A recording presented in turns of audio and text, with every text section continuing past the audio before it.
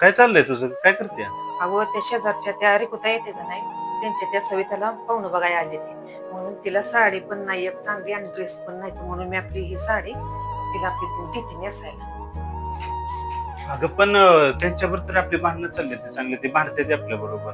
भांडण ना ती का, पण आपल्या त्या पोरगीला मुलीला देते की साडी नेसायला, आणि तिचं तरी चांगलं तर होईल का नाही आपलं. चांगलं लय मोठ्या गाव लय मोठी पाहुणे आहे त्या, लय अशी मोठे हाय पाय मध्ये बरं चालतंय. देऊन येते.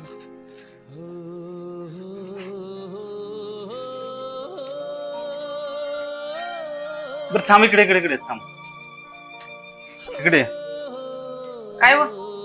एक काम कर, त्या रिकुतांच्या हातात पैसे हळूच म्हणजे त्यासनी म्हणा पाहुण्यासनी काय कमी पडून तू नका, पोरगीचं चांगलं झालं पाहिजे, लगीन जुळलं पाहिजे. बरोबर.